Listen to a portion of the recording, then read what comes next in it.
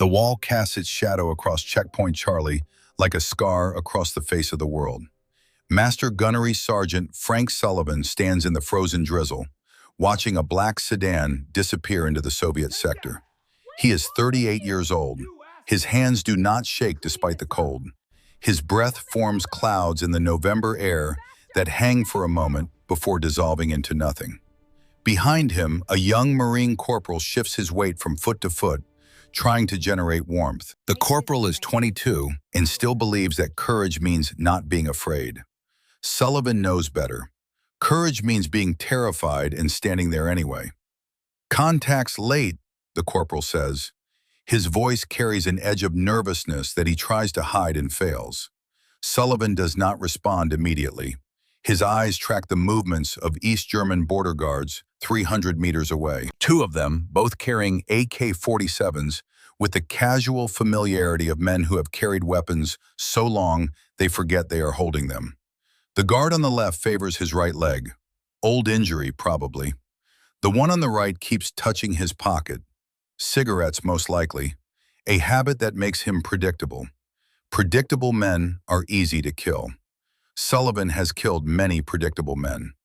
"He'll come," Sullivan says finally. His voice is low, rough from years of shouting commands and breathing gun smoke. Fear makes men late.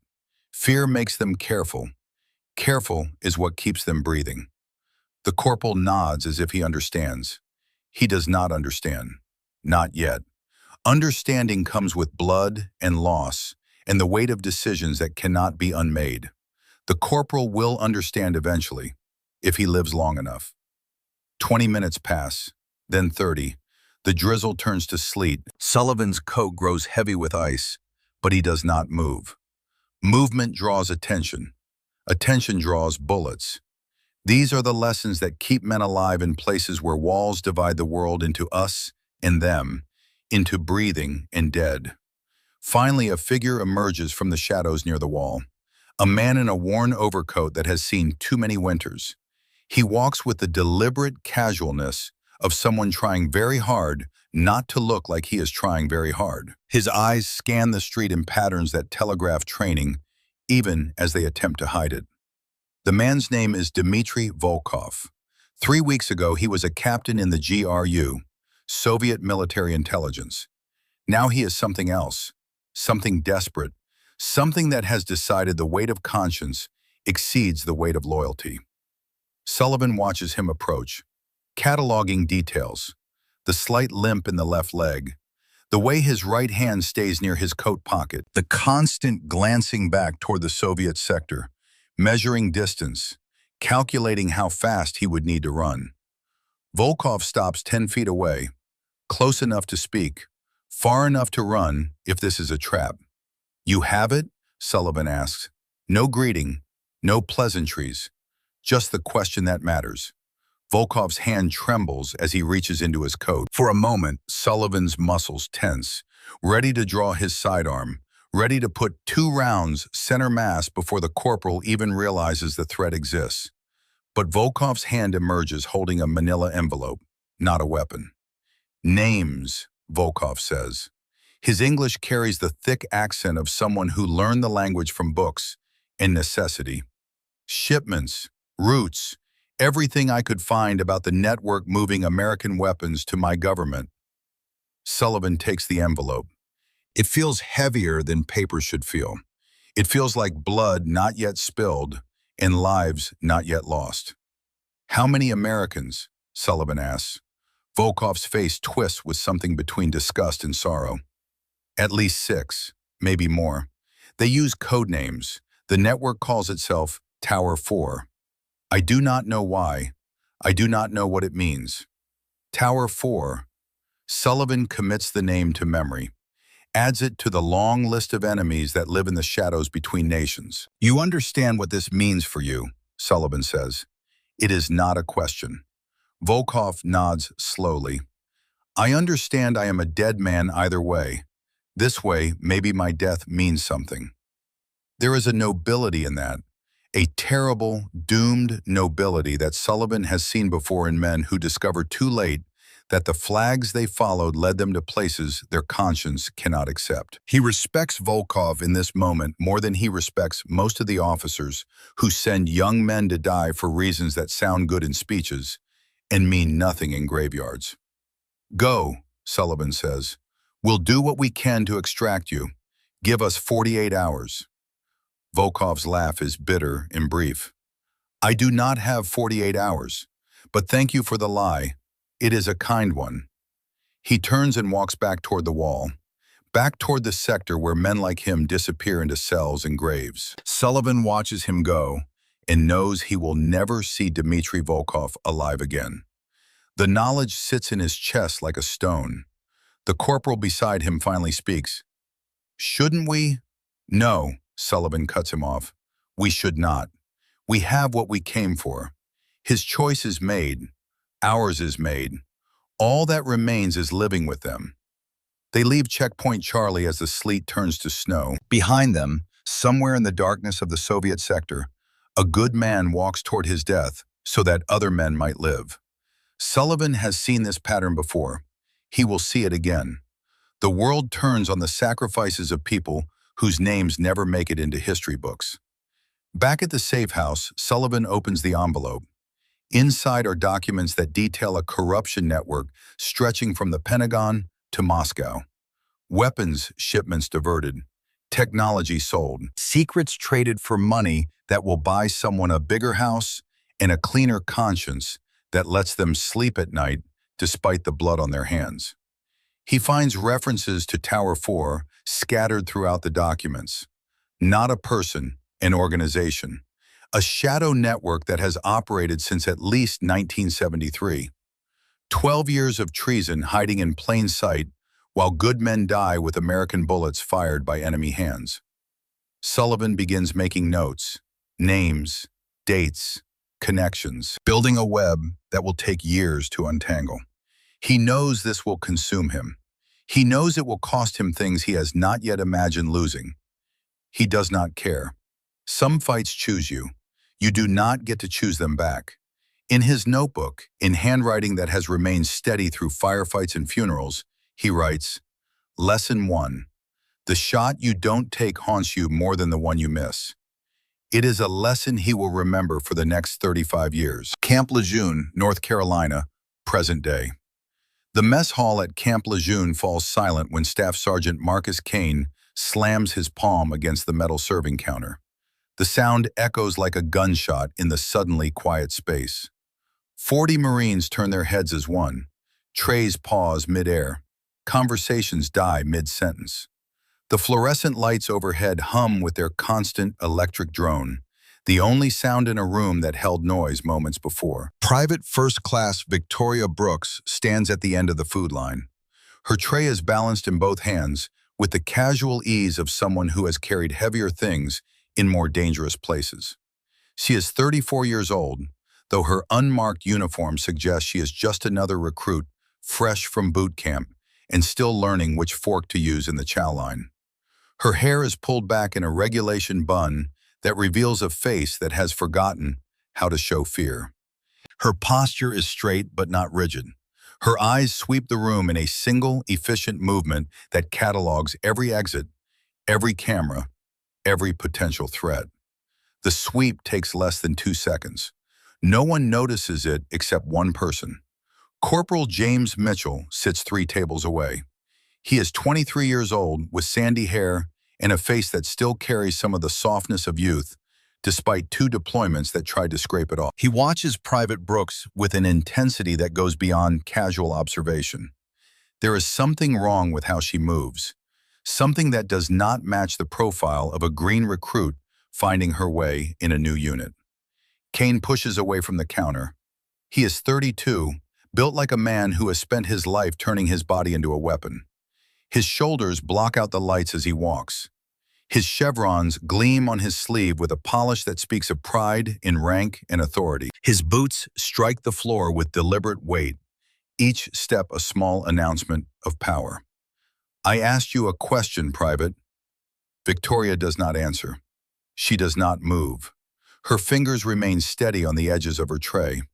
She meets his approach with the stillness of someone who knows that movement is a language, and silence is sometimes the most powerful word. Kane stops 3 feet in front of her, close enough that she can smell the coffee on his breath, mixed with the residue of the cigarette he smoked outside before his shift. Close enough that every Marine in the mess hall can see the size difference between them. He outweighs her by 80 pounds. He has 6 inches of height. From a distance, it looks like a mismatch. From a distance, it looks like easy prey and a predator who has found it. Victoria sees something else. She sees the slight tremor in his right hand. Not fear, not anger, something deeper, something neurological. PTSD manifesting in motor control issues that he tries to hide by curling his fingers into fists. She sees the weight distribution in his stance. 60% on his front foot, which means a simple sweep would drop him before he knew he was falling. She sees the exposed brachial nerve along his right arm, where one precisely placed strike would render the limb temporarily useless. She catalogs these details in the fraction of a second it takes him to speak again. It is a habit trained into her through years of survival in places where cataloging weaknesses meant living to see another morning. You deaf or just stupid? The Marines at the nearest table shift in their seats. A young lance corporal with a face full of acne looks down at his food as if the mashed potatoes hold secrets. An older sergeant takes sudden interest in his phone, scrolling through nothing while his eyes stay carefully averted. No one speaks. No one intervenes. This is how it works here. Everyone knows it.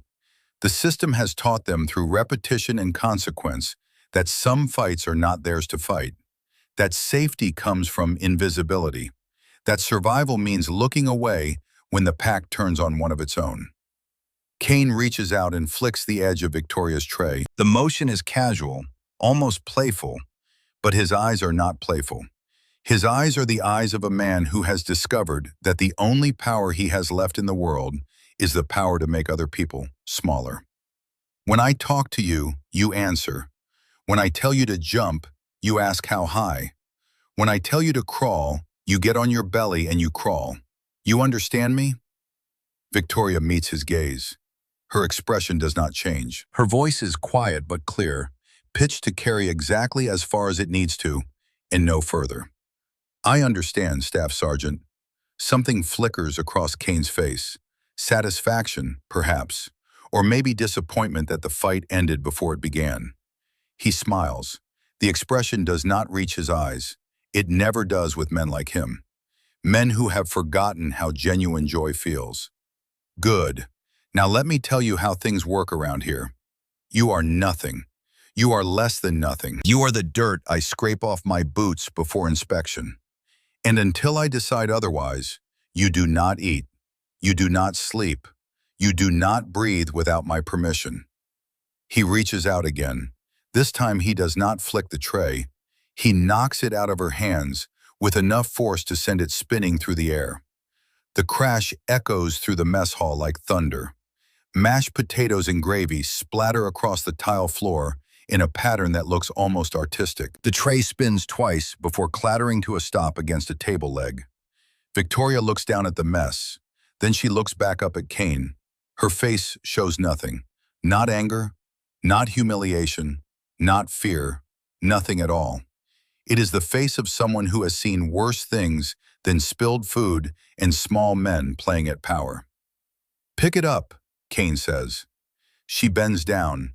Her movements are controlled, economical, demonstrating none of the awkward uncertainty of a recruit learning basic tasks. She retrieves the tray first, then begins scooping the scattered food back onto it with her bare hands. The gravy is warm against her skin. The potatoes stick to her fingers. She does not grimace, does not hesitate, just performs the task with the same mechanical efficiency she would apply to any mission requirement. Kane watches her for a moment. Then he puts his boot on the edge of the tray, pinning it to the floor with enough pressure to make it clear this is not accidental. I said pick it up. I didn't say stop. Victoria's hands pause for a fraction of a second. Then she continues cleaning, working around his boot, gathering every scrap of food within reach. Her mind is elsewhere. She is counting ceiling tiles, noting camera positions, memorizing faces of those who watch and those who look away, building a map of this place and these people that will matter later when the moment comes to act. Kane laughs. The sound is loud and harsh in the silent room, a sound designed to humiliate, to dominate, to establish that what happens here is his choice and his alone. Look at this. Look at your new sister in arms, Marines. This is what passes for a soldier these days. This is what they send us from boot camp. He leans down, putting his face close to hers. His breath is hot against her cheek. You are pathetic, you know that? You are the most pathetic excuse for a Marine I have ever seen. Victoria's hands stop moving. Her head turns slightly so that her lips are near his ear. Her voice drops to a whisper so quiet that only Kane can hear the words. You should stop now before you destroy your own life. Kane's smile freezes. For just a fraction of a second, confusion flickers in his eyes. Maybe even a trace of unease, as if somewhere in the damaged machinery of his mind, a warning bell has begun to ring. Then the moment passes. His face flushes red. His hands curl into fists at his sides. What did you say to me? Victoria says nothing.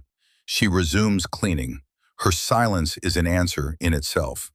Kane straightens up. His breathing has become audible, harsh and rapid.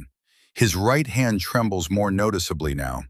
The tremor runs from his fingers to his wrist, a small earthquake of neurological damage that no amount of will can completely suppress. You think you're clever? You think you can talk back to me? He grabs her by the collar of her uniform and hauls her to her feet. The motion is violent, sudden, fueled by a rage that goes beyond this moment and this person. Victoria's tray clatters to the floor again. She allows herself to be lifted, allows her body to go momentarily slack in his grip. It is the posture of submission. It is also the setup for a dozen different counters that could leave him unconscious on the floor before his brain registered the attack. She does none of them. You are nothing, Kane snarls into her face. You hear me? Nothing. He shoves her backward with full strength. Victoria flies back and hits the floor hard, but her shoulder takes the blow at exactly the right angle. Her body rolls with the momentum instead of against it. Her hands come up for a fraction of a second in a defensive position that any trained fighter would recognize, then force themselves back down to her sides. She comes to rest on her back, staring up at the ceiling. Her breathing remains steady. Her expression remains calm. She has fallen from helicopters and off buildings. This is nothing. The mess hall is frozen. 40 Marines, not one of them moving, not one of them speaking. The silence has weight now. The weight of complicity, the weight of fear, the weight of a system that has taught them that this is normal, and intervention is dangerous, and the safest path is to look away and pretend not to see. Kane stands over her, breathing hard. His shadow falls across her face like a verdict. Stay down there, he says. Stay down there where you belong. And maybe, if you're lucky, I'll let you eat tomorrow. He turns and walks away. His boots echo on the tile floor. The Marines at the nearest tables part to let him pass, their eyes carefully averted, their faces carefully blank. They have learned this choreography well. They perform it without thinking. Victoria lies on the floor for a long moment. Her chest rises and falls with steady breaths. Her eyes track slowly across the ceiling, counting tiles, noting the position of every camera, every light fixture, every exit. Building the map, gathering the data, preparing for the moment when silence becomes action. Then very slowly she pushes herself up onto her elbows. Her right hand moves to her wrist, to the plain black watch strapped there. A watch that looks like standard issue, but is not. A watch that Frank Sullivan gave her 3 months ago with simple instructions. Record everything, trust no one, and remember that patience is a weapon. Her thumb finds a small button on the side of the watch. She presses it once, briefly. The display does not change, but somewhere in its memory, a recording has begun. 47 minutes of audio. Every word Kane said, every threat, every insult, every piece of evidence that will matter when the moment comes. Victoria gets to her feet. She bends down, picks up her tray, and walks to the trash receptacle. She scrapes the ruined food into the bin with careful, methodical movements. Then she walks back to the serving line and picks up a fresh tray. The Marines around her stare, some with pity, some with contempt, most with the blank expressions of people who have learned not to see what happens in this room, who have learned that survival means blindness and safety means silence. Victoria does not look at any of them. She fills her tray with food, finds an empty table in the corner, and sits down to eat alone. Across the mess hall, Corporal James Mitchell watches her. His fork has been suspended over his plate for nearly a minute. He saw everything. The tray, the shove, the fall. And he saw something else too. Something that does not make sense in the context of a new recruit who just arrived on base. When that woman hit the floor, she did not land like someone who had never been hit before. She landed like someone who knew how to fall. Her shoulder absorbed the impact at exactly the right angle. Her body rolled with the momentum instead of against it. Her hands came up in a guard position for just a fraction of a second before she forced them back down to her sides. That was not the fall of a frightened private. That was the fall of someone with years of training, years of experience, years of combat that left muscle memory too deep to completely suppress, even when trying to hide. Mitchell's eyes follow her as she sits down at her table. She eats with the same careful, economical movements she used to clean the floor. No wasted motion, no nervous energy, every action purposeful and controlled. Who is this woman? The question echoes in his mind as he watches her, and somewhere deep in his gut, a feeling begins to grow. The feeling that he has just witnessed the opening move in a game that no one else in this room understands. The feeling that Staff Sergeant Kane has made a mistake that will cost him everything. The feeling that nothing here is what it seems. 6 months earlier, Lieutenant Colonel Victoria Hartley sits in a conference room that has no windows and a door that locks from the outside. The walls are painted the particular shade of government beige that exists nowhere in nature. A table, 4 chairs, a phone that is probably tapped. These are the furnishings of spaces where secrets are discussed and decisions are made that will never appear in official reports. Across from her sits a man who should not exist. Master Gunnery Sergeant Frank Sullivan is 68 years old, technically retired, officially a civilian contractor who audits equipment for the Department of Defense. Unofficially, he is something else. A ghost from the Cold War. A hunter who spent 30 years tracking Soviet networks that traded American technology for blood money. A man who knows where too many bodies are buried because he helped put some of them there.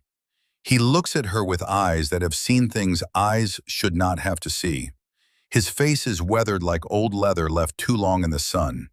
His hands rest flat on the table between them, scarred from decades of work that leave scars. There is no tremor in those hands, no weakness. At 68, he could still field strip a rifle blindfolded and put a bullet through a target's eye at 500 meters. "Tell me about Daniel Cooper," Victoria says.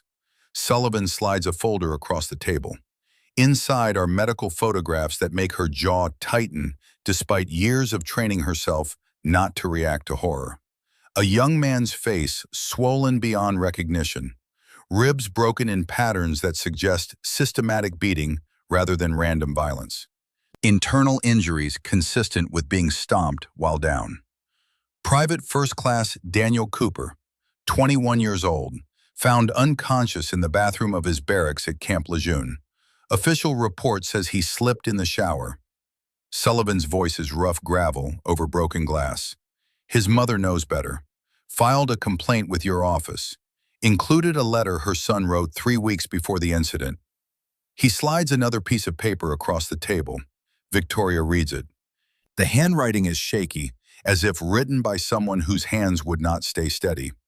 The words describe systematic abuse, harassment that escalated over months, a climate of fear maintained through violence and the threat of violence, and a name, Staff Sergeant Marcus Kane.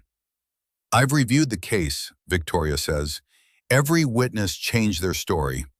Every piece of physical evidence disappeared. Every official who might have helped suddenly became unavailable." "Someone's covering it up," Sullivan says. "Someone with enough power to make an entire base go silent." Victoria looks at him. Really looks at him. This meeting was not random. This case was not assigned to her by accident. Frank Sullivan requested her specifically. She needs to know why. "Why me?" Sullivan leans back in his chair. For a moment, he is somewhere else. Somewhere cold and dark where walls divide the world and good men make terrible choices. 35 years ago, Berlin, I met a Soviet defector named Volkov, who gave me documents detailing a weapons smuggling network. Called themselves Tower 4. Been hunting them ever since. He pauses. 6 months ago, I found a connection to Camp Lejeune. Weapons shipments going missing. Equipment showing up in places it shouldn't be. Same pattern I saw in Berlin. "You think Kane is connected?" Victoria says. "It is not a question. I think Kane is a bully with PTSD and a secret that someone is using against him. I think someone broke that boy and turned him into a weapon to keep other Marines quiet while they steal whatever they want. And I think Daniel Cooper got too close to something he shouldn't have seen." Sullivan opens another file. This one contains a photograph from 15 years ago. A younger Marcus Kane in dress blues, standing at attention during graduation from Scout Sniper School. His face is different then, hopeful, proud, not yet damaged by whatever came after. "I trained him," Sullivan says quietly. "Best natural talent I'd seen in a decade. Steady hands, good eye, more importantly, good judgment. The kind of Marine who would run into fire to pull out a wounded brother. And somehow in 15 years, that man turned into what we see today. What happened to him? That's what I need you to find out. Something broke Kane. Someone is using him. And until we understand what and who, we can't stop what's happening at that base." Victoria studies the files spread across the table. A pattern is emerging. A picture of systematic corruption hiding behind systematic abuse. Fear keeping witnesses silent while crimes happen in plain sight. "I can investigate from the outside," she says. "Formal inquiry, subpoenas, forensic accounting. And every piece of evidence will disappear the moment you start asking questions officially." Sullivan cuts her off. "Whoever is running this operation has protected it for years. They know how to make things vanish. They know how to make people afraid to talk." He leans forward. "You need to see it from the inside. You need to be there, live with them, eat with them, experience what they experience. Only then will you understand how the system works and who is making it work this way. You want me to go undercover, as a recruit. I want you to become invisible, blend in, let them think you're nobody. And while they're not watching, you find the evidence they can't hide and the witnesses they can't silence." Victoria is quiet for a long moment. What he is proposing is dangerous. It is also probably the only way to get to the truth. "If I do this, I'll need equipment, recording devices that can't be detected, a cover story that will hold up under scrutiny, and I'll need someone on the outside who can extract me if things go wrong." Sullivan reaches into his pocket and pulls out a watch. Blackface, plain band, looks like standard issue. He slides it across the table. "Berlin surplus. Built it myself in 1985. Recording device hidden in the casing. Encrypted storage. Battery life of 72 hours per charge. I've carried it through 17 countries and nobody ever found it." Victoria picks up the watch. It feels heavier than it should. It feels like history and secrets and the weight of trust being placed in her hands. "And the extraction?" Sullivan's smile is grim. "I'll be there. Equipment auditor assignment. Completely legitimate, completely boring, and when you need me, I'll be ready. Victoria straps the watch under her wrist. It fits perfectly. How long do you think this will take? However long it takes to find the truth. Could be a week, could be a month. Could be that you walk in there and Kane makes you the first day and you're blown before you start. That won't happen, Victoria says with quiet confidence. Sullivan looks at her with something approaching approval. No, I don't imagine it will. I've read your file, Colonel. 8 years in military intelligence. 4 more with the Inspector General. Spotless record. And before that, 3 years as a scout sniper instructor yourself. You know how to be invisible. You know how to be patient. And you know how to take the shot when the moment comes. He stands. The meeting is ending. But there is one more thing he needs to say. Daniel Cooper will never be a Marine again. The beating destroyed his inner ear. Balance problems. Chronic pain. Medical discharge at 21 years old. His career is over before it started. And everyone who could have helped him chose not to because they were afraid. Sullivan's hands are trembling now. Not with age, with anger that has been building for 6 months while he watched good people suffer because bad people had power. I'm too old to do this myself anymore. Too slow, too recognizable. But you can. You can be what I can't be anymore. You can go in there and find justice for that kid and every other Marine who has been hurt by a system that protects predators. Victoria stands as well. She meets his eyes, sees the decades of fights fought and scars earned, sees the weight of all the times he was too late and all the people he could not save. I'll find the truth, she says, whatever it takes, however long it takes. And when I have it, we'll make sure everyone answers for what they've done. They shake hands. His grip is still strong. Semper Fidelis, he says. Always faithful, she responds. She leaves the conference room and begins preparing for a mission that will require her to become someone else, to strip away rank and authority and power and become small and invisible and vulnerable, to put herself in harm's way so that she can understand how harm operates in the dark. It is the hardest kind of mission, the kind where success requires enduring abuse without fighting back, where strength is measured in stillness rather than action, where the shot you do not take matters more than any shot you could make. 3 weeks later, Private First Class Victoria Brooks arrives at Camp Lejeune with orders assigning her to administrative support duties. Her records show a 34-year-old woman with an unremarkable service history. No awards, no deployments, no reason for anyone to look too closely or ask too many questions. She keeps her head down, does her job, observes, waits, and on her 4th day, Staff Sergeant Marcus Kane notices her in the mess hall and decides to teach the new recruit a lesson about how things work in his domain. He does not know he has just made the biggest mistake of his life. The sun rises over Camp Lejeune with the indifferent beauty of nature that does not care about the small cruelties of men. Victoria stands in formation at 0500 hours, her body already awake for 90 minutes, her mind sharp and cataloging details that others miss. The drill instructor paces in front of the assembled recruits like a predator selecting prey. His eyes linger on her longer than necessary. Word has spread. Kane's influence reaches farther than the mess hall. Physical training begins with push-ups, standard procedure.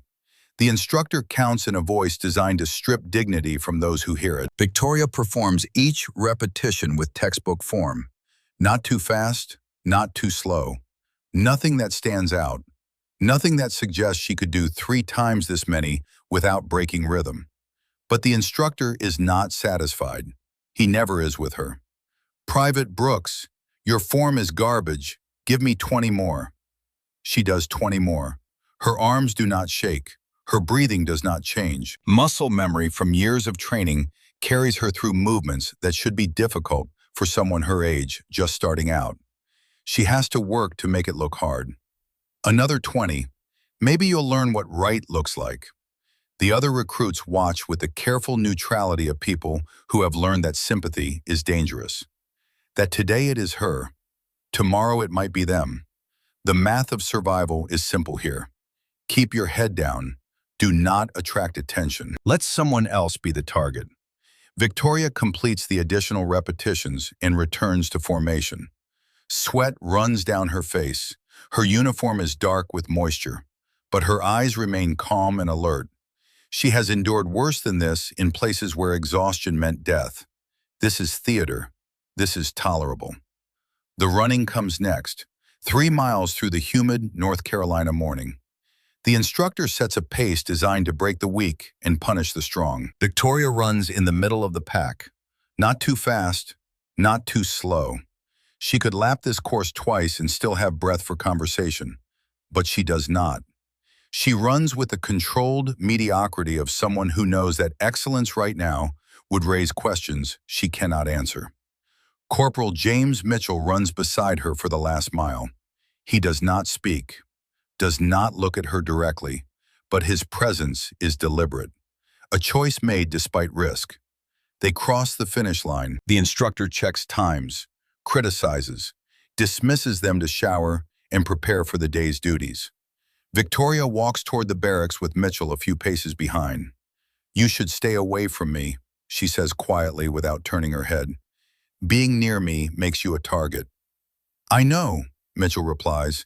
His voice carries the weight of a decision already made. "Then why?" "Because someone has to. Because what happened to Danny Cooper happens when everyone decides it's safer to look away." Victoria stops walking, turns to face him, really looks at him for the first time since arriving on base. He is young, too young for the shadows under his eyes, too young for the tension that lives in his shoulders, too young for the guilt that colors every word he speaks about his friend. "Daniel Cooper," she says, not a question, a prompt. Mitchell's jaw tightens. "My best friend, best Marine I knew. Kane went after him for weeks, extra duties, public humiliation, PT until he collapsed. And then one night, Danny ended up in the hospital with injuries that don't come from slipping in a shower. You reported it. I tried. Captain Hayes told me I was mistaken, told me Kane was a good sergeant with an excellent record, told me that if I kept spreading rumors, there would be consequences for my career." The pain in his voice is raw and unhealed. The pain of complicity, of knowing something terrible happened and not having the power to stop it. Of watching a friend's life destroyed, while authority figures whose job was protection chose instead to protect the destroyer. "So you stopped pushing," Victoria says gently. "I stopped pushing. Danny got medically discharged. His balance is ruined. His hearing is damaged. He'll never be a Marine again. And I just let it happen because I was afraid." "Fear doesn't make you a coward," Victoria says. "Sitting with me right now, knowing what it might cost you, that takes courage." Mitchell looks at her with an intensity that suggests he is trying to solve a puzzle that does not quite fit together. "You're not what you seem, are you?" Victoria's expression does not change. "What makes you say that?" "The way you fell in the mess hall, the way you got back up, the way you looked at Kane when he was screaming in your face. Recruits don't move like that. They don't look like that. They don't talk like that." For a moment, Victoria considers how to respond, how much to reveal, how much to keep hidden. Mitchell is perceptive, more perceptive than she gave him credit for. That makes him valuable. It also makes him dangerous if he shares his observations with the wrong people. "Keep watching," she says finally. "Keep your head down and your eyes open. And when the time comes, be ready to tell the truth." It is not an answer, but somehow it is enough. The next 3 days pass in a rhythm of calculated endurance. Kane's campaign against Victoria intensifies with each passing hour. Her equipment goes missing during training exercises. Her locker is vandalized repeatedly. Her name appears on every unpleasant duty roster. Latrine cleaning, overnight guard shifts in the rain, tasks designed to exhaust and humiliate. Through it all, Victoria endures. She does not complain, does not retaliate, does not give Kane the satisfaction of seeing her break. But she is not passive. Every night she reviews her recordings. Every day she gathers new evidence. And slowly, piece by piece, a picture begins to emerge. Kane is not just a bully, he is a businessman. And business is conducted in the supply warehouse. Victoria begins shadowing the warehouse during her off hours, staying in shadows, watching patterns. The warehouse sits at the edge of base, a long, low building that smells of cardboard and motor oil and secrets kept behind locked doors. Shipments arrive on manifests that list quantities and items. But the manifests do not match what actually moves through the building. Food disappears. Equipment vanishes. And the paperwork gets amended in ways that hide the discrepancies beneath layers of bureaucratic complexity. She begins photographing documents when the warehouse workers take smoke breaks, uses the watch Sullivan gave her to capture images of invoices and delivery logs, cross-references them against official records she accesses through base computers during her administrative duties. The pattern is systematic. Thousands of dollars in supplies diverted over months. Marines eating substandard rations while the good food disappears out the back door. Training equipment marked as delivered but never making it to units that need it. And every requisition form carries the signature of Captain Richard Hayes. The connection crystallizes. Hayes is not just covering up Kane's abuse, he is profiting from it. Kane keeps the enlisted personnel in line, prevents anyone from asking questions, creates a climate of fear that makes investigation impossible. Meanwhile, Hayes and someone else skim money off the top of every shipment that moves through this base. But Hayes is not the top of this network. He is middle management. The paperwork trails all lead to a civilian contractor named Calvin Reeves, a man whose company has supplied food and equipment to military installations across the eastern seaboard for over a decade. A man whose reputation is spotless and whose records tell a very different story. Victoria spends 3 nights cross-referencing supply manifests with delivery logs. The discrepancies pile up like evidence in a trial that has not yet begun. But she needs more than food fraud. She needs proof of something bigger. On the 4th night, she discovers it. Buried in shipping records from 3 months ago, she finds discrepancies that make her breath catch. Not food, not standard supplies, equipment, military equipment, M40 sniper rifles, night vision scopes, advanced optics worth thousands of dollars per unit, all marked as delivered, all signed for by Captain Hayes, all completely missing from base inventory. Victoria photographs the serial numbers, cross-references them against theft reports from other installations. The pattern expands. 6 military bases across 3 states. The same equipment disappearing, the same shipping company, the same signatures. This is not petty theft. This is weapons smuggling. This is treason. And then she receives an encrypted message on a secure device hidden in the lining of her duffel bag. Training exercise tomorrow. Check the smoke grenades. No signature, no identification. Just a warning from someone who knows she is here and knows what she is doing. The same someone who has been watching since she arrived. Victoria checks the message routing. Untraceable. Military-grade encryption. Whoever sent this has access to technology and knowledge that goes beyond casual hacking. This is someone inside the system. Someone who has been fighting Tower 4 long enough to recognize another hunter.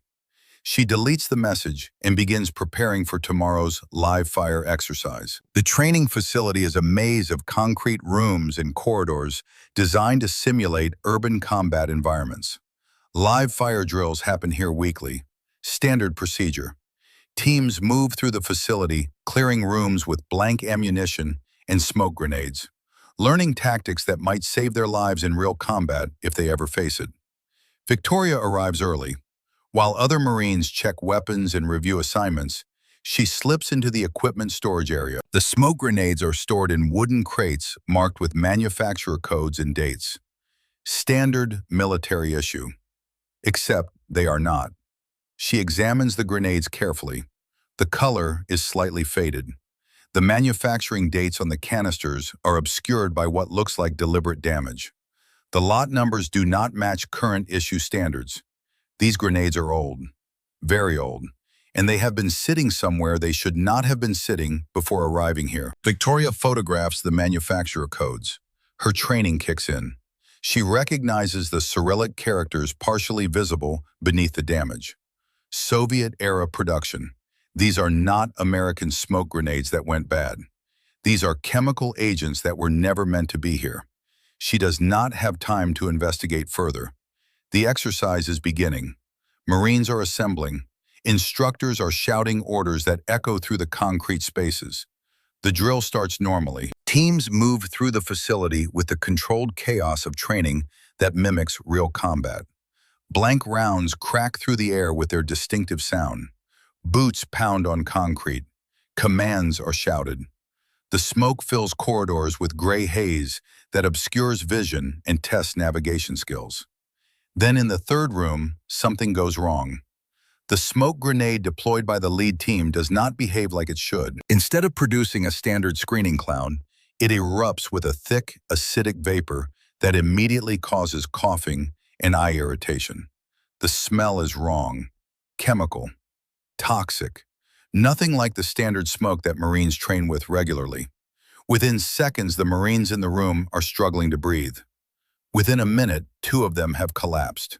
Their bodies convulse on the concrete floor while their teammates try to drag them toward exits that suddenly seem impossibly far away. Chaos erupts. The kind of chaos that happens when training becomes real and preparation meets a scenario nobody prepared for. Orders are shouted, but nobody knows what orders to give. Marines push toward exits that are clogged with bodies. Fear spreads faster than the toxic smoke. Victoria does not panic. She does not freeze. She acts. Her voice cuts through the confusion like a blade through cloth. Clear, commanding. The voice of someone who has given orders in situations far worse than this. Everyone out now. Move toward the east exit. Cover your mouths with your sleeves. Do not run. Walk fast and steady. The Marines respond instinctively. Training kicks in. They follow her directions without questioning who is giving them, without asking why a private is taking command when sergeants are present. Survival overrides rank in moments like this. Victoria pushes toward the center of the room, toward the 2 fallen Marines, who are no longer moving. The smoke is thicker here, more toxic. Her eyes water immediately. Her lungs burn with each breath. But she keeps moving. Muscle memory from countless training exercises and real combat situations carries her forward when conscious thought would tell her to retreat. She reaches the first Marine, a young kid with a face that still carries baby fat. He is unconscious but breathing. Shallow, rapid breaths that suggest his body is fighting poison it does not understand. Victoria hooks her arms under his shoulders and begins dragging him toward the door. The weight is significant. He outweighs her by 40 pounds. But she has dragged heavier men through worse conditions. In Afghanistan, in Syria, in places where leaving someone behind meant watching them die. Her legs pump, her back strains, her lungs scream for clean air. She gets him to the exit and passes him to waiting hands. Then she turns around and goes back. The second Marine is bigger, older, a lance corporal with the build of someone who spends his free time in the weight room. He is completely unconscious now. His breathing has become dangerously shallow. Victoria does not hesitate. She grabs him by his tactical vest and begins pulling. Every step is agony. The smoke has filled her lungs. Her eyes stream tears that blur her vision. Her muscles burn with the kind of pain that comes from pushing past what the body thinks it can endure. But she does not stop, cannot stop, will not leave someone behind when she has the strength to save them. By the time she emerges from the building, dragging the unconscious Marine behind her, the training area is swarming with medics and officers. Someone takes the Marine from her arms. Someone else is shouting about an investigation. Emergency protocols activate. Ambulances are summoned. The machinery of crisis response grinds into motion. Victoria leans against the wall of the building, coughing, her lungs on fire, her eyes streaming, her uniform soaked with sweat and chemical residue. And through the chaos, she sees him. Marcus Kane stands at the edge of the crowd, watching her. His face is pale, his eyes are wide. He saw what she did in there, saw her take command, saw her move with the speed and precision of someone who has done this before, many times, under far worse circumstances. For the first time since she arrived at this base, he looks afraid. Someone tried to turn a training exercise into a death trap. Someone who knew Victoria was getting close. Someone who decided that 2 dead Marines would be acceptable collateral damage if it created enough chaos to distract from the real investigation. Victoria coughs one more time and straightens up. Her mind is already working, already analyzing, already building the case that will bring this entire network crashing down. The investigation into the smoke grenade incident is swift and superficial. Captain Hayes takes personal charge of the inquiry. Within 24 hours, he announces his findings to the assembled officers and NCOs. His voice carries the false confidence of someone reading from a script prepared by others. The faulty grenades were the result of a shipping error, a simple mistake in the supply chain. No one is at fault. The 2 Marines who were affected are receiving medical treatment and are expected to make full recoveries. The training exercise schedule will resume as normal once replacement equipment arrives. The officers nod. The NCOs accept. The machine of military bureaucracy grinds forward as if nothing significant happened, as if 2 Marines were not nearly killed by equipment that should never have made it onto this base. Victoria watches Hayes deliver his findings with the blank expression she has perfected over the past week. But inside, her mind is racing. She saw those grenades before the exercise, saw the Cyrillic markings, saw the obscure dates. Those were not grenades that arrived by accident. Those were Soviet-era chemical agents, deliberately placed by someone who knew exactly what they would do. That night, she reviews everything she knows: the corruption network, the weapons smuggling, Kane and Hayes and Reeves. And then she sees it, the connection that makes everything else make terrible sense. The smoke grenades that malfunctioned were part of the same shipment that included the missing M40 rifles. A shipment from Calvin Reeves's company. A shipment where legitimate equipment was replaced with expired Soviet ordnance. Not just theft, a cover-up. Someone knew Victoria was getting close. Someone knew the weapons smuggling was about to be exposed. And someone decided that a training accident would be the perfect distraction.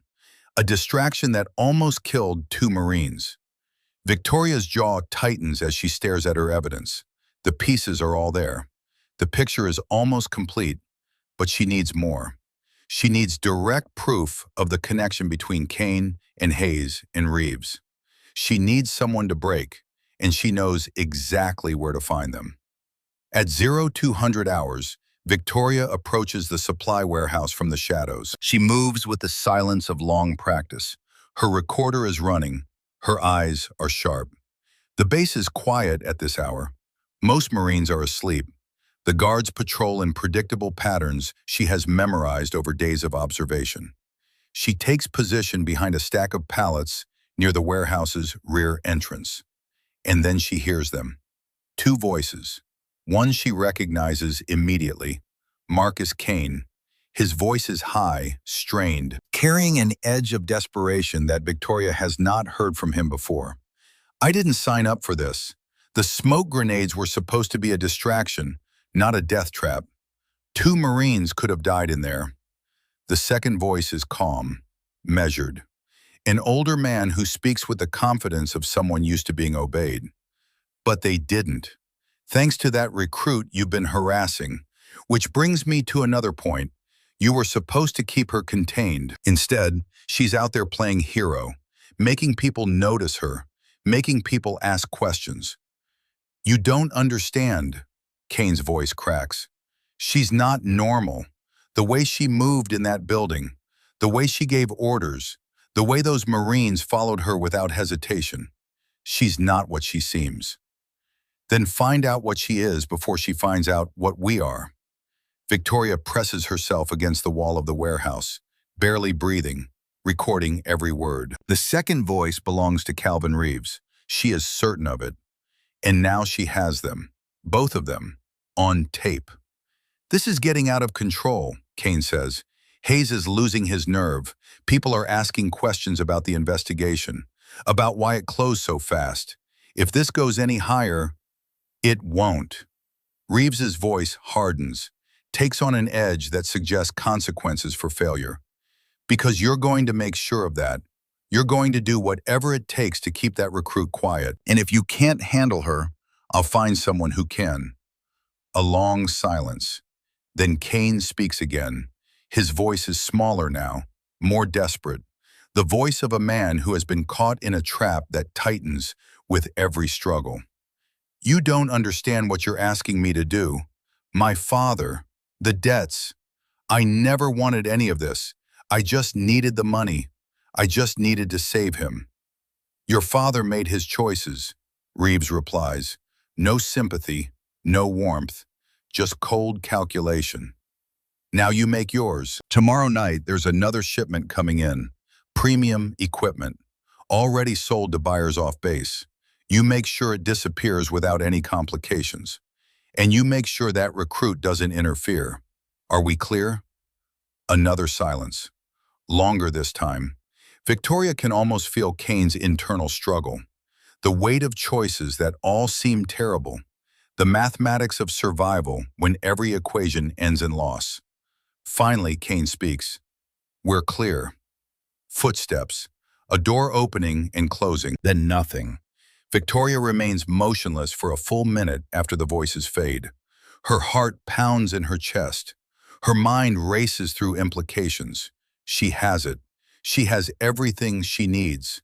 The corruption, the weapons smuggling, the attempted cover-up that nearly killed 2 Marines, and now proof of another shipment, another crime in progress. All she has to do is let it happen. Let Kane and Reeves incriminate themselves one more time, then bring the whole operation crashing down. But first, she needs backup. The next morning, Victoria finds James Mitchell at breakfast. She sits down across from him without preamble, speaks quietly, words pitched for his ears only. Tonight, I need you to be ready. Mitchell looks at her sharply, understanding dawning in his eyes. Ready for what? To tell the truth. Everything you saw, everything you know about Kane and Daniel Cooper, and what really happens on this base. Why tonight? Victoria's eyes hold his. Because the first one she has shown since arriving at this base. You'll know it when you see it. The day passes with agonizing slowness. Victoria goes through the motions of her duties, but her mind is elsewhere. Planning, preparing, running through scenarios and contingencies. At 1800 hours, she returns to her barracks. She removes her watch and connects it to the hidden device in her duffel bag. The recordings transfer. Every conversation, every admission, every damning word spoken by men who thought no one was listening. She adds the warehouse recording to the collection. Kane and Reeves planning their next crime while discussing how to silence the witness who threatens their operation. Then she takes out a small satellite phone, encrypted, military grade, hidden in the lining of her duffel bag since the day she arrived. She dials a number from memory. The call connects on the second ring. This is Lieutenant Colonel Victoria Hartley, she says. Authorization code Tango 779er. I need a tactical response team at Camp Lejeune tonight, 2200 hours. And I need Master Gunnery Sergeant Frank Sullivan. Tell him the wolf hunt is ending. The voice on the other end asks no questions. Confirmation comes within seconds. The machinery of justice begins grinding into motion, wheels turning that will crush everyone caught between them. Victoria ends the call. She puts the phone away. She checks her watch. 4 hours until everything changes. 4 hours until silence becomes action. 4 hours until the patient hunter finally takes her shot.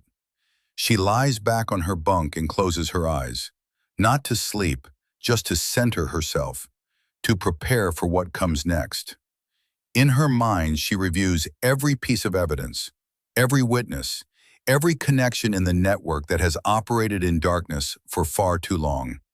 Tonight, she will drag it into the light. Tonight, Marcus Kane will have to choose between protecting the network that has owned him or protecting what remains of his soul.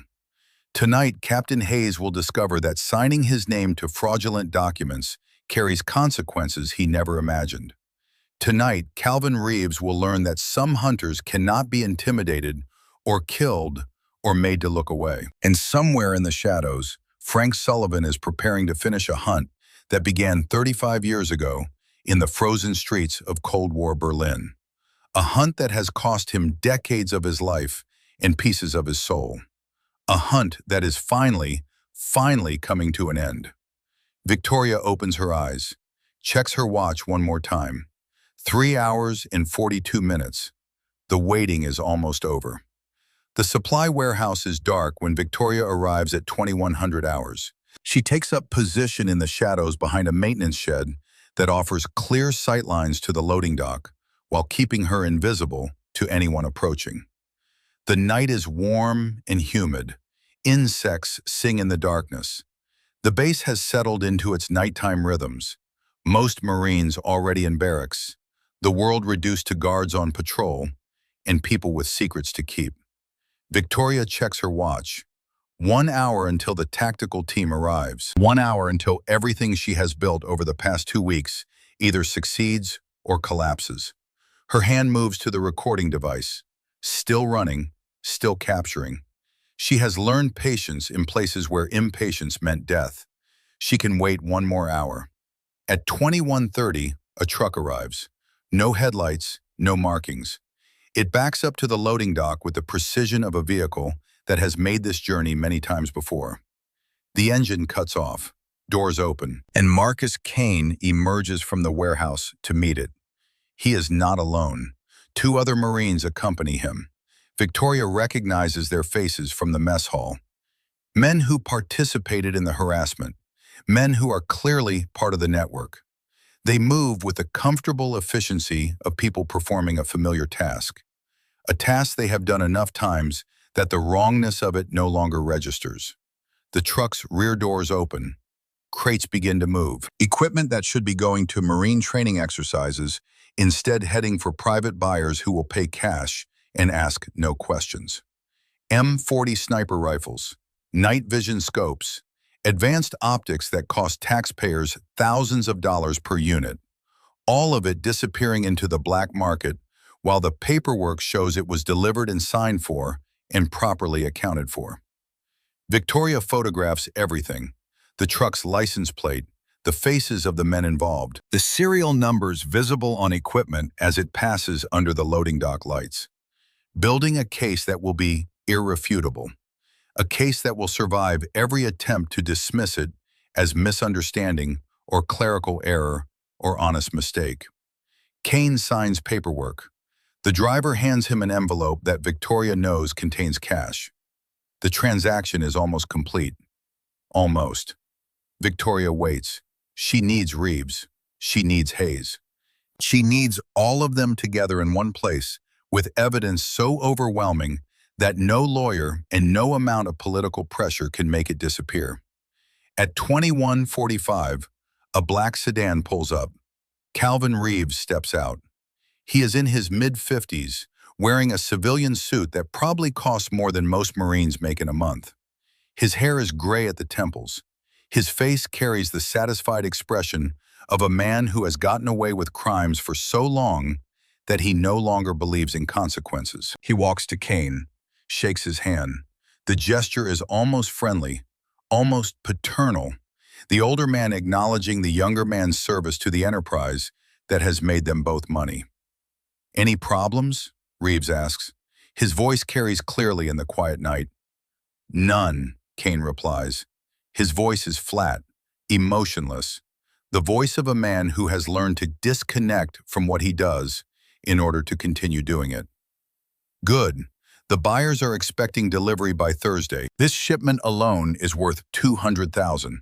Your cut is 20, same as always. $20,000. Victoria does the math.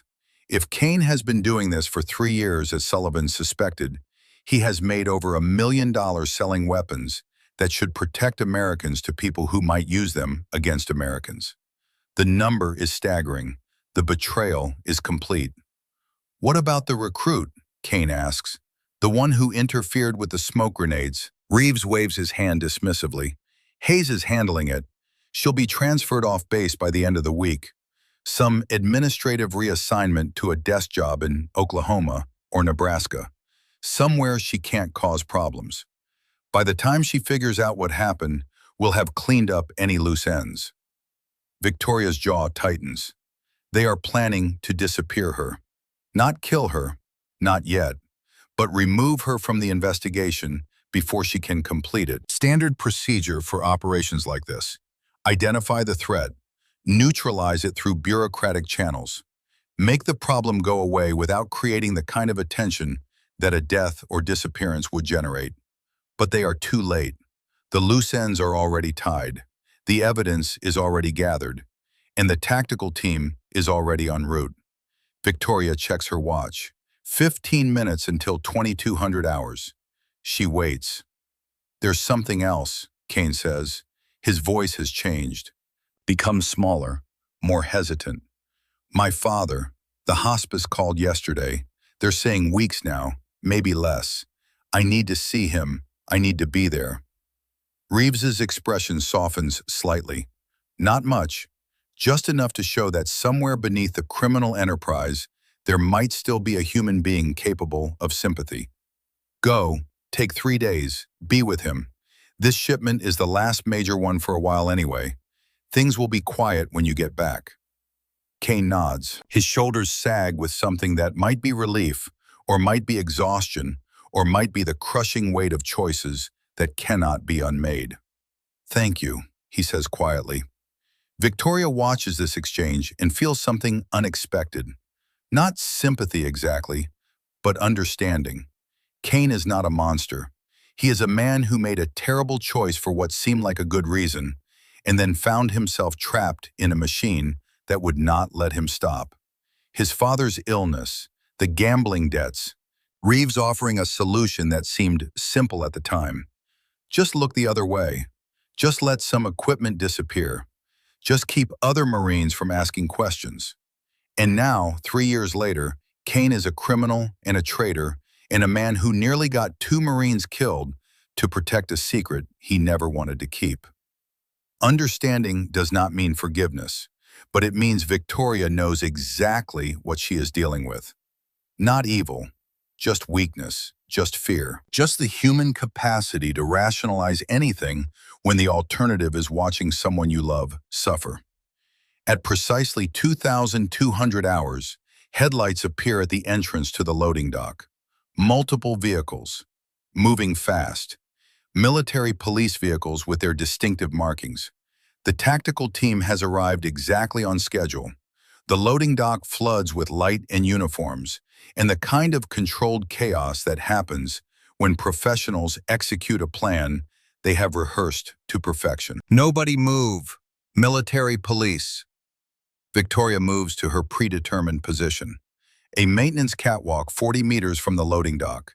Elevated, clear sight lines. She drops prone. The M40 rifle materialized from the tactical team's equipment feels like an old friend in her hands. Sullivan's voice crackles in her earpiece. Overwatch in position? Affirm, I have eyes on 4 tangos. Kane, Reeves, 2 accomplices. Wind? Victoria wets her finger, holds it up. 3 knots east, negligible at this range. She scans through the scope, catalogs targets. The truck driver climbing back into his cab. Range, 400 meters. Trajectory clear. She adjusts her aim, leads the target by 2 MOA to compensate for wind. Driver's making a break, she reports. I have the shot. Take it if he clears the perimeter. The driver's hand reaches for the door handle.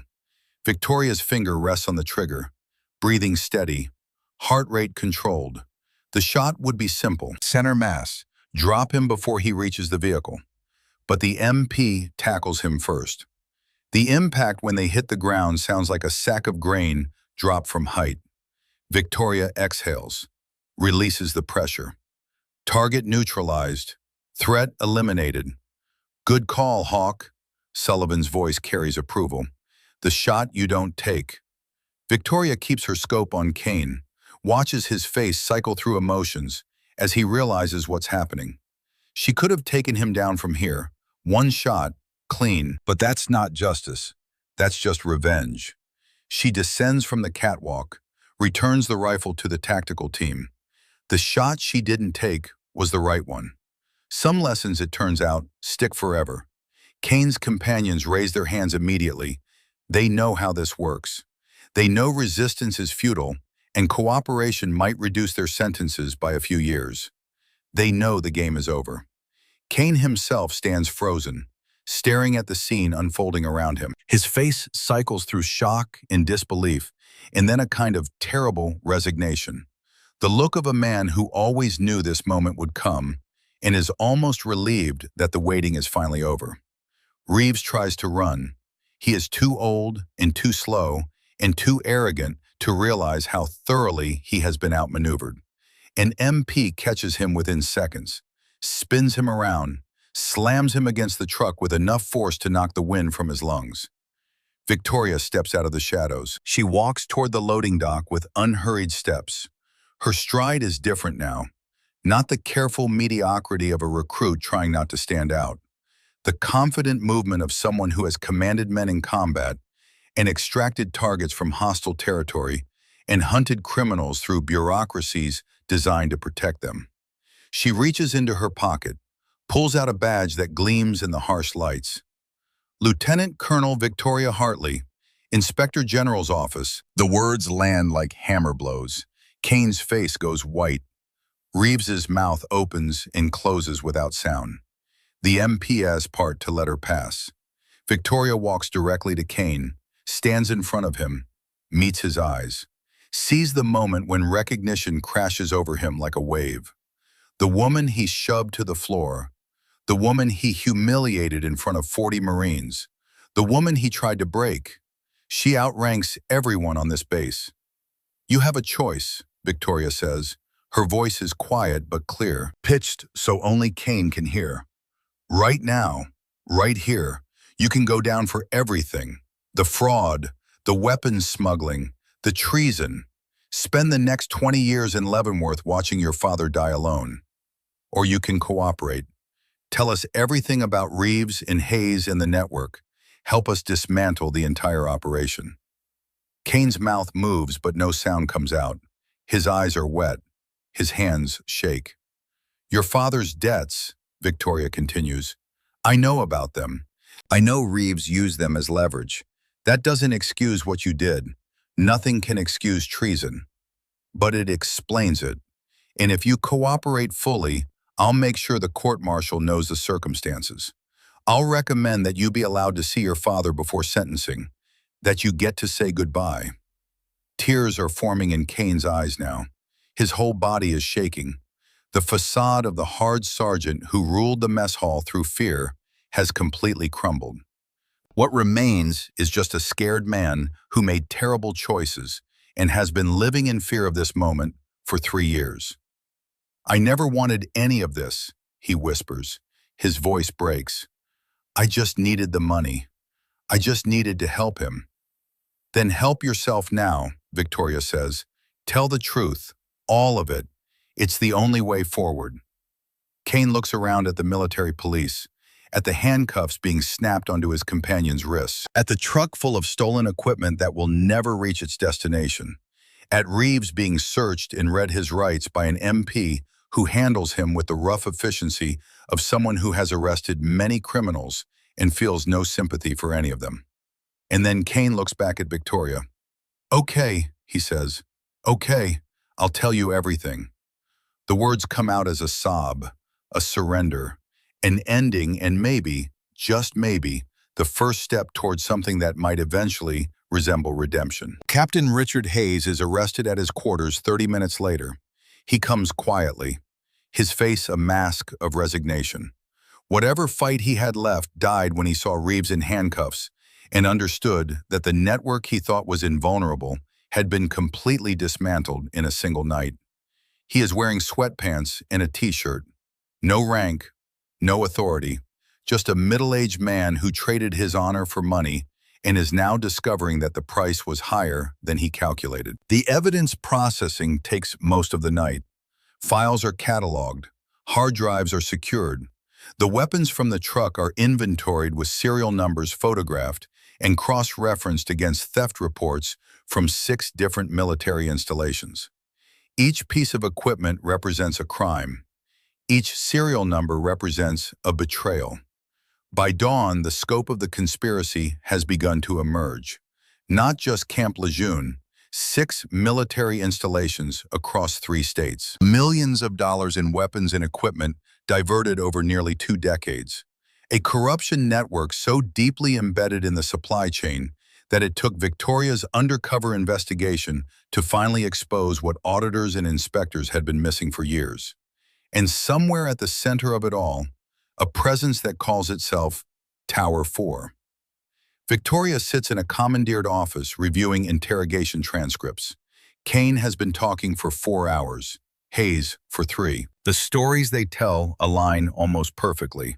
Names, dates, shipments, the whole machinery of how the network operated. Who recruited them, who threatened them, who made sure they stayed quiet and compliant and useful. Both of them mention Reeves as the primary point of contact, the man who arranged buyers, the man who handled money, the man who made problems disappear when someone asked too many questions. But neither of them knows who is above Reeves. Neither of them has ever met or spoken to anyone from Tower 4 directly. They are worker bees in a hive whose queen remains invisible and untouchable. Victoria is not surprised. This is how sophisticated criminal networks operate. Layers of insulation, compartmentalization. Everyone knows only what they need to know. No one can bring down the whole organization because no one understands the whole organization. But she has something that previous investigators did not have. She has Frank Sullivan. And Frank Sullivan has been hunting Tower 4 for 35 years. At 0600 hours, a civilian vehicle arrives at the base. A man steps out. He is 68 years old and moves with the careful precision of someone whose body has been used hard and maintained well. Master Gunnery Sergeant Frank Sullivan, retired, equipment auditor, ghost hunter. The man who started this investigation because he could not let go of a case that began in Cold War Berlin and has consumed decades of his life. Victoria meets him at the entrance to the command building. They do not shake hands, do not exchange pleasantries, just look at each other with the understanding of people who have fought the same enemy in different ways and are finally close to victory. Kane is cooperating, Victoria says. Hayes too. Reeves is lawyered up, but we have enough evidence to convict him 10 times over. The network is broken. Sullivan nods slowly. Layer 1 is broken, the transaction layer, the people who move the weapons and collect the money. But every operation has a strategic layer. The people who see the whole board, who plan years in advance, who have been playing this game since before you were born. He reaches into his jacket and pulls out a folder, worn, thick with documents, the accumulated evidence of 35 years of hunting. 35 years I've been chasing them, ever since Berlin, ever since Volkov handed me those documents and walked back to his death. Sullivan's hands tighten on the folder. I got close once, arrested 6 people, but the network survived because I never reached the top. You did what I couldn't. You got evidence that sticks. Victoria takes the folder, opens it. Inside are decades of documentation, financial records, survey photos, names and dates and connections that span from the Cold War to the present day. a web so complex that it would take months to fully untangle. And in the center of that web, patterns that point to someone who has been orchestrating this operation for longer than most people involved have been alive. There's a name that appears in documents from 1973, Sullivan says. Never a first name, just an initial. W appears in financial records. Appearance in communication intercepts. Appears in places that suggest someone very high up in the defense contracting world. Someone with access to Pentagon procurement. Someone who has been selling American military technology to enemies and rivals for 40 years. Victoria studies the documents. The pattern is there, subtle but unmistakable. The same routing codes, the same shell company structures, the same careful compartmentalization that has kept Tower 4 invisible for decades. We need to bring this to NCIS, she says. This is bigger than a single base investigation. This is national security. Sullivan nods. Already done. I called them 6 hours ago. They're sending a team. Should be here by noon. They work through the morning building the case, organizing evidence, preparing testimony, creating a picture so complete and damning that no amount of political pressure or legal maneuvering can make it disappear. At 1100 hours, Victoria's secure phone buzzes. An encrypted message. She opens it. Phase 1 complete. You expose the transaction layer. Well done. But the strategic layer sees you now. They know your name. They know what you're capable of. Watch your back, Colonel. The real war is just beginning. No signature, but Victoria knows who sent it. The same person who warned her about the smoke grenades. Someone inside Tower 4 who has been feeding her information. Someone who wants the network destroyed but cannot do it themselves. She shows the message to Sullivan. He reads it twice. His face hardens. Tower 4 has always had internal dissent, he says. People who were recruited or coerced but never believed in the cause. People who want out but don't know how to escape. Whoever sent this is taking a huge risk. If they're discovered, they're dead. Then we use what they give us, Victoria says, and we make sure their risk means something. The tribunal convenes at 1400 hours. The base commander's conference room has been converted into a hearing space. Officers sit at a long table at the front. Marines fill folding chairs along the walls. The air is thick with anticipation. Word has spread through the base like wildfire. Something unprecedented is happening. Something that will change everything. Victoria enters through a side door. Her uniform is fresh. Her rank insignia displayed openly for the first time since she arrived at Camp Lejeune. Lieutenant Colonel, Inspector General. The woman who spent 2 weeks pretending to be nothing so she could expose everything. The room falls silent as she takes her seat. Every eye tracks her movement. Marines who witnessed her humiliation in the mess hall. Marines who watched Kane shove her to the floor and did nothing. Marines who are only now understanding that the woman lying on that floor outranked everyone watching. Marcus Kane is brought in moments later, escorted by MPs. He walks with his head bowed, his shoulders curved inward. When he passes Victoria's table, their eyes meet briefly. She nods once. Almost imperceptibly. Acknowledgement without forgiveness. Understanding without absolution. The presiding officer calls the proceedings to order. Colonel Webb, a stern man in his late 50s who has been briefed on everything and understands the magnitude of what is about to be revealed. We are convened to review preliminary findings in the matter of supply chain fraud, weapons smuggling, and conduct unbecoming at Camp Lejeune. Lieutenant Colonel Hartley, present your evidence. Victoria stands, walks to the center of the room. Every eye follows her.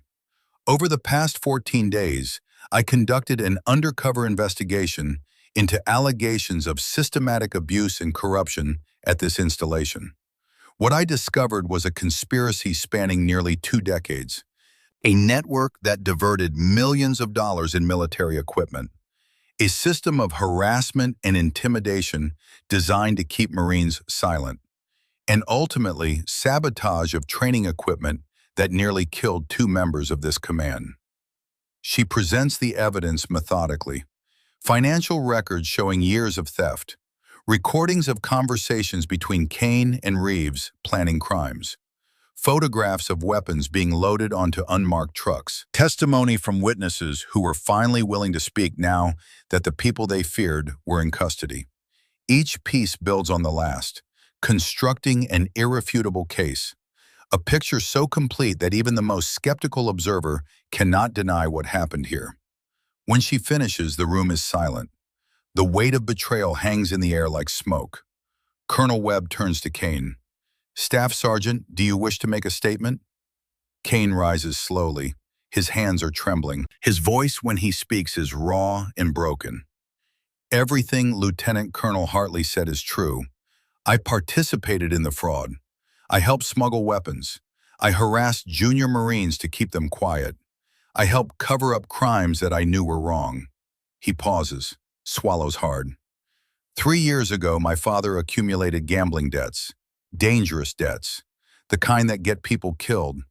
Calvin Reeves discovered this and offered me a deal. Help him move equipment off base and the debts would disappear. Keep the Marines quiet and my father would stay safe." His voice cracks.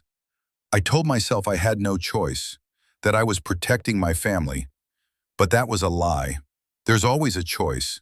I just made the wrong one. Over and over again. For 3 years." He turns to face the assembled Marines, looks at faces that show contempt and anger and betrayal. "I'm prepared to provide complete testimony against everyone involved. Every name I know, every transaction I witnessed, every crime I helped commit." Then Kane does something unexpected. He walks past the MPs, past the presiding officers, into the center of the room where everyone can see him, and he drops to his knees. The gesture is shocking in its humility, in its complete surrender of the authority and power he once wielded in this place. "I'm sorry.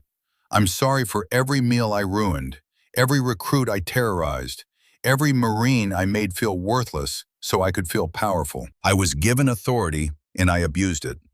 I was given trust and I betrayed it. I disgraced this uniform." His head bows. "I don't ask for forgiveness. I don't deserve it. But I needed you all to know that I see now. I see what I became. And I will spend the rest of my life trying to be something better." The room remains silent. No one moves. The weight of Kane's confession fills the space like a physical presence. Victoria stands and walks to where he kneels, looks down at him, sees the broken man beneath the bully, sees the damage that fear and desperation and poor choices inflicted on someone who might have been different in different circumstances. "Stand up, Staff Sergeant." Kane does not move. "Stand up." Slowly, painfully, he rises to his feet. His face is streaked with tears. His body shakes. Victoria's voice is quiet but clear enough for everyone to hear. "An apology doesn't erase what you did. It doesn't heal the people you hurt. It doesn't bring back the careers you destroyed.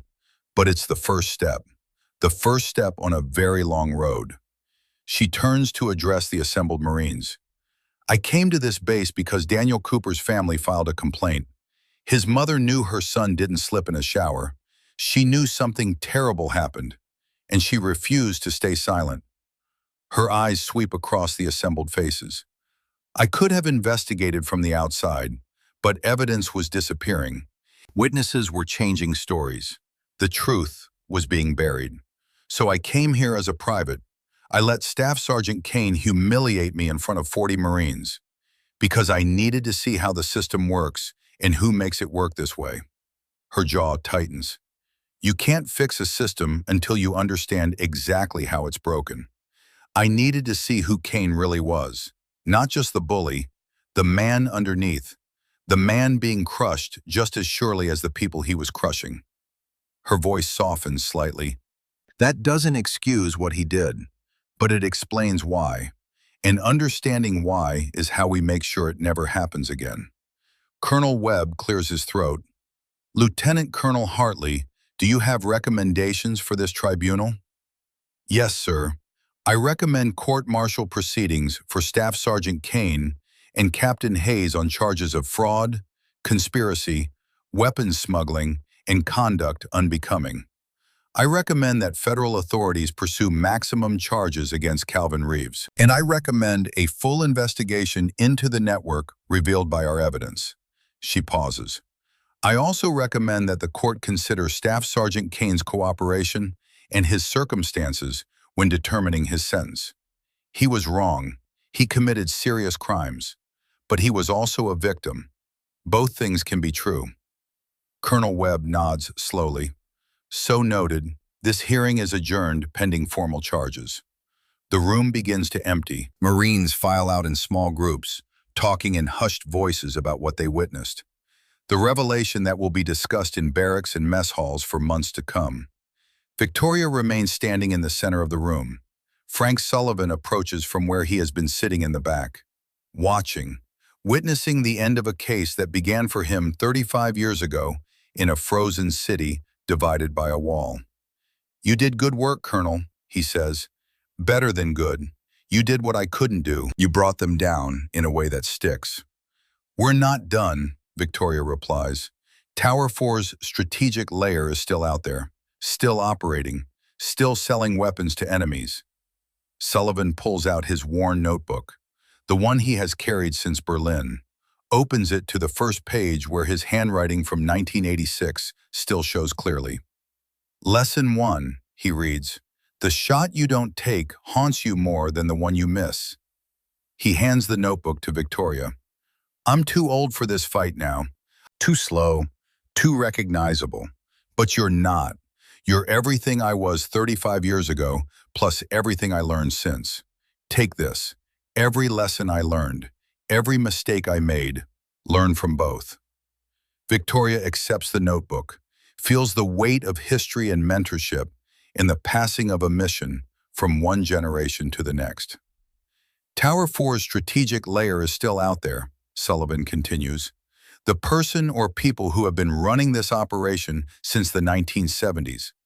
I never found them, but I gave you everything I have, every breadcrumb I followed, every pattern I recognized.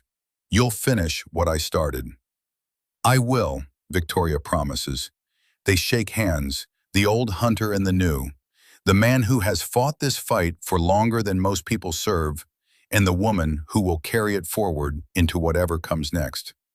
Sullivan turns to leave, then stops, looks back. "One more thing. The person sending you encrypted messages, the insider who warned you about the smoke grenades. They're risking everything to help you. When you find out who they are, protect them. They're the bravest person in this whole operation because they're fighting from inside the beast." Then he is gone, walking out of the building, leaving behind a case that has defined his adult life, trusting Victoria to finish what he could not. 5 days later, the command ceremony takes place. The parade ground is filled with Marines in dress uniforms, standing in precise formation under a cloudless sky. Flags snap in the breeze. The bass band plays. Everything is exactly as military tradition demands. Victoria stands at the front of the formation, facing the outgoing commander. The battalion colors pass from his hands to hers. The fabric is heavy with history, heavy with tradition, heavy with the weight of what she has promised to protect. "I hereby transfer command of 2nd Battalion to Lieutenant Colonel Victoria Hartley." The battalion is hers. She turns to face the assembled Marines, hundreds of faces looking up at her, some curious, some hopeful, some still processing the revelation that the private they watch get shoved to the floor is now their commanding officer. Victoria does not give a long speech. That has never been her way. 14 days ago, I lay on the floor of the mess hall while a staff sergeant stood over me and told me I was nothing. 40 Marines watched. Not one of them helped. The formation is absolutely still. I don't blame them. I understand why they stayed silent. Fear is powerful. The instinct to protect yourself is strong. And when the people who are supposed to protect you are the ones causing harm, speaking up feels impossible. She pauses. That ends today. From this moment forward, this battalion operates on one principle. We protect each other, not just from enemies outside the wire, from everything, from anyone, including ourselves. She looks out at the sea of faces. I won't ask you to trust me today. Trust is earned through actions, not ceremonies. Watch what I do. Judge me by my decisions. Hold me accountable when I fail. But know this, no Marine under my command will ever have to choose between their safety and their career. No Marine will be punished for telling the truth. And no Marine will ever lie on the ground while others stand by and watch. She lets the words settle. No one in this battalion has to be small to make someone else feel powerful. Not anymore. Not ever again. Silence holds the parade ground. Then from somewhere in the formation, a single voice. "Oorah!" Another joins it, then another, then dozens. The sound rolls across the parade ground like thunder. Marines who were silent for years, finding their voices at last. Victoria stands at attention, the battalion colors in her hands, allows herself one small moment. Not satisfaction, not triumph, just the quiet knowledge that something has begun, something that might last, something that might matter. That evening, she sits in her office reviewing final reports. The evidence has been transferred to NCIS. Federal prosecutors are building cases against Reeves and Hayes. Kane has been transferred to a facility where he will await court-martial while being allowed supervised visits with his father in hospice. The machinery of justice grinds forward, slow but inexorable. Victoria's secure device buzzes. A new message, same encryption, same unknown sender. She decrypts it. Phase 1 complete. Reeves was the transaction layer. Hayes was the compliance layer. But every operation has a strategic layer.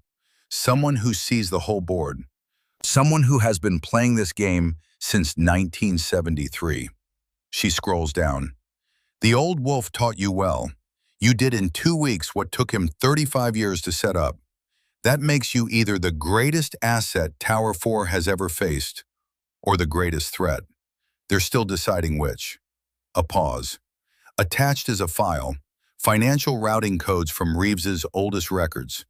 Codes that trace back 17 years. Codes that lead to a defense contractor who officially doesn't exist anymore, but whose shell companies are still active.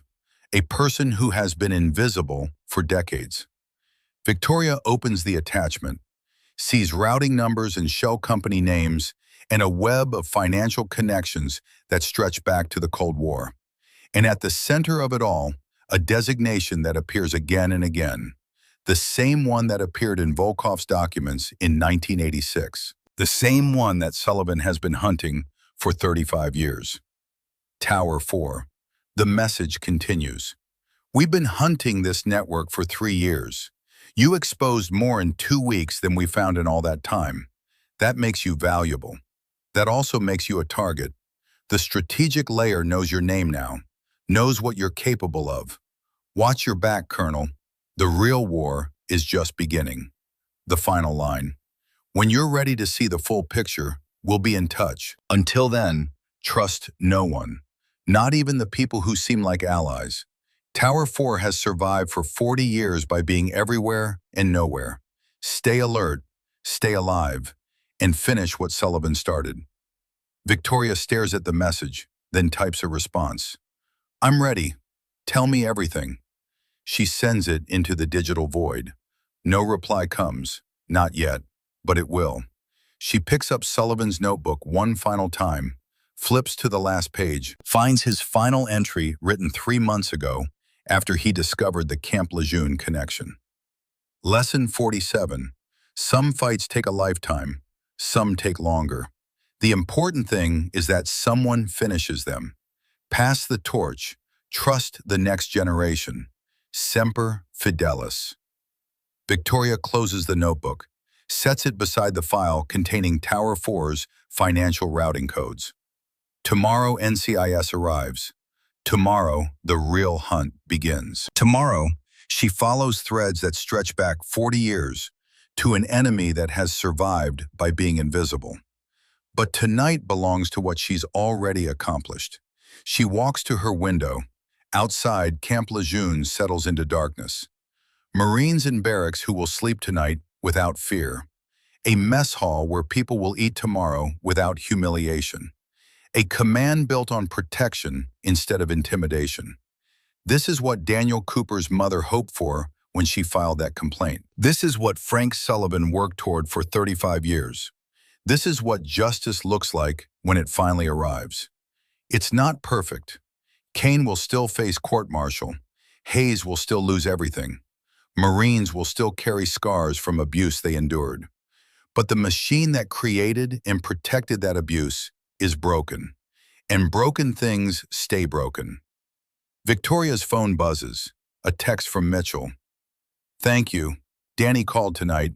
First time he's slept through the night in 6 months." She doesn't reply, just reads it twice, then deletes it. Some victories are loud, command ceremonies, arrests, tribunals. But some victories are quiet. A young Marine sleeping peacefully because the nightmare is finally over. A mother who knows her son's suffering meant something. A system that bends slowly toward justice. Victoria turns off the lights in her office, locks the door, walks through the quiet base toward her quarters. Somewhere in the darkness, Tower 4's strategic layer is watching, planning, deciding whether she's an asset or a threat. Let them watch, let them plan, let them decide. Because Lieutenant Colonel Victoria Hartley is coming for them. Not today, not tomorrow, but eventually, inevitably. Frank Sullivan started this hunt when walls divided Berlin, and the Soviet Union was the enemy everyone understood. He chased ghosts through a changing world that moved on to new threats and new wars. But he never stopped hunting, never stopped believing that some enemies deserve to be caught, no matter how long it takes. Now the hunt is hers. She reaches her quarters, opens the door. Inside, her duffel bag sits packed and ready, always ready. The satellite phone, the encrypted device, Sullivan's watch with its hidden recorder, the tools of a hunter who knows the prey is dangerous and patient and willing to wait decades for the perfect moment to strike. But Victoria is patient too. And unlike Tower 4, she doesn't have to hide in shadows anymore. She has the full resources of the United States Marine Corps behind her. She has NCIS. She has evidence. She has witnesses. She has everything Sullivan never had. And she has something else, something Tower 4 can't match. She has nothing left to lose and everything to prove. Victoria lies down on her bunk, closes her eyes. Tomorrow, the real war begins. Tonight she rests, because hunters who don't rest make mistakes. And she can't afford mistakes. Not when the prey has survived 40 years by being smarter, more careful, more ruthless than everyone who came before. The shot you don't take haunts you more than the one you miss. Sullivan's first lesson, his last lesson, the lesson that defines everything. Victoria will take her shot when the moment comes. And when she does, Tower 4 will finally learn what 35 years of patience looks like when it transforms into action. Justice does not rest. It does not forgive. It does not forget. Neither does she.